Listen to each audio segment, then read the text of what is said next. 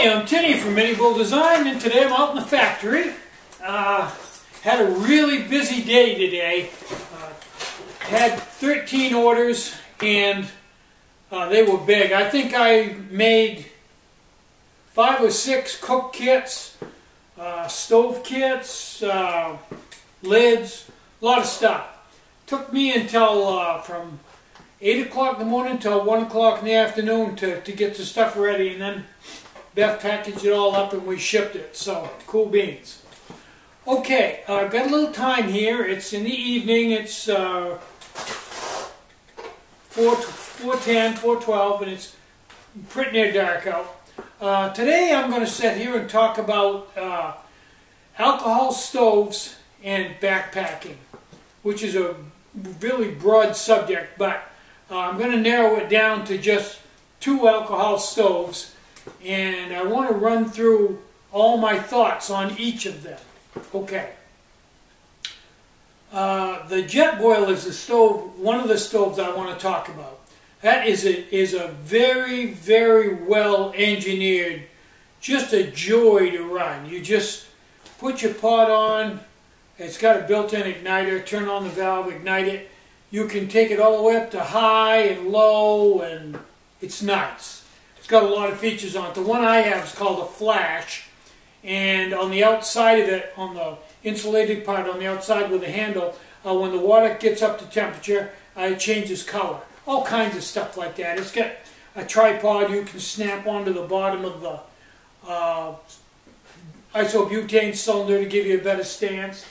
It's tricked out pretty good. It also comes with the things you can take the pot right off that comes with it, and it's got a thing that you put on and flip legs out, and you can use a regular pot with it. Okay, that having been said, why don't I carry one? Good question. There's basically 4 reasons why I don't carry one, and I suspect that these 4 reasons are the same reason why anybody doesn't carry one. Because if it wasn't for these 4 things, it would be the perfect stove. And that's pretty hard to say about anything, but it's true. Okay, number 1 is, the most obvious one is, with one medium-sized cylinder of fuel, it weighs 20, the complete unit, it's designed so the cylinder can go right inside of the pot, and then the burner goes in, all goes together in a fairly compact unit. Okay, it's big for a backpacking stove, you know, big as a loaf of bread, small loaf of bread, and it's heavy. It's 22 ounces. That's crazy heavy. You could carry an alcohol stove and alcohol and still not be anywhere near that weight for, say, 5 days. Most people restock every 5 days. And you'd save over a pound. And a pound is a lot. In an ultralight backpacking, a pound is huge. So that's one reason. Okay, that's one. Second reason is the cylinders that they run on, the isobutane cylinders, are not available everywhere. So depending on and that would not affect you if you're only hiking for 5 days. I think you could probably get by on one cylinder for 5 days quite nicely. But if you're doing a through hike, that's something you'd have to take into consideration. And I've been a lot of places on the Appalachian Trail for restock, and they didn't have those cylinders. Okay, that's 2. 3. And this is the big one for me because I'm a worrywart type of guy. I want everything to be perfect, and I want to be assured that everything is going to be perfect. I don't want any wild cards. I don't want Murphy's Law involved at all. If Murphy's Law can spoil my backpacking trip, then I don't want to go. I'm just that kind of guy. Not everybody's that way, but that's the way I am. Okay, Murphy's Law says if something can go wrong, it will. And Murphy's Law is true. I've had some stuff go wrong that I had never even envisioned I'd had stuff go wrong. Hey, it happens. And I'll tell you a story on that if I have time at the end of this. Okay.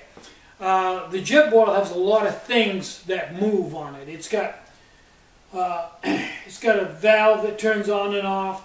the cylinders screw in and screw out and sealed by an O-ring. The on-off on it has a couple O-rings in it. There's a lot of stuff in it that potentially, using Murphy's Law, could go wrong. I don't think they would in a fairly new one, but in a through hiking situation, you definitely could, if you use it every day, could have something go wrong. You could have a cylinder not seal correctly and leak and lose all your fuel. You could have an O-ring pucker up when you're screwing the cylinder in and not seal, so you couldn't use the stove. The igniter can break on it. There's a lot of things to go wrong with it. And I've used a Jetboil quite a bit, and I've had a few things go wrong with them that I really, it's really surprised me. So anyway, the reliability factor on the more complicated something is, the less reliable it is. Bottom line, regardless of how well it's built.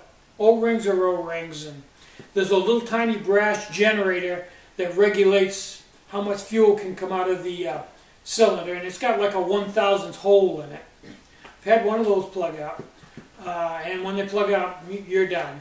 There's a lot to go wrong. So that the reliability factor there, yeah, that's a big one. Okay, finally, and I had to learn this the hard way. If it's really cold, canister stoves don't work good in the cold. Bottom line, because all the fuel is under pressure to the point of being liquefied, and when you turn it on and the gas turns from a liquid to a gas, it acts like a refrigerant and it cools. That's how a refrigerator works. That with the cold weather, and depending on how cold, I set mine on the snow, big mistake. And it fizzled right out and shut right off. I didn't get enough gas flow to even boil water. I just couldn't gasify enough gas to even boil water. That kind of bites. So, all those things taken into account, the Jetboil being a really fantastic stove has some real limits to it that you really have to take into consideration if you're going to carry one for your primary heat source. Okay.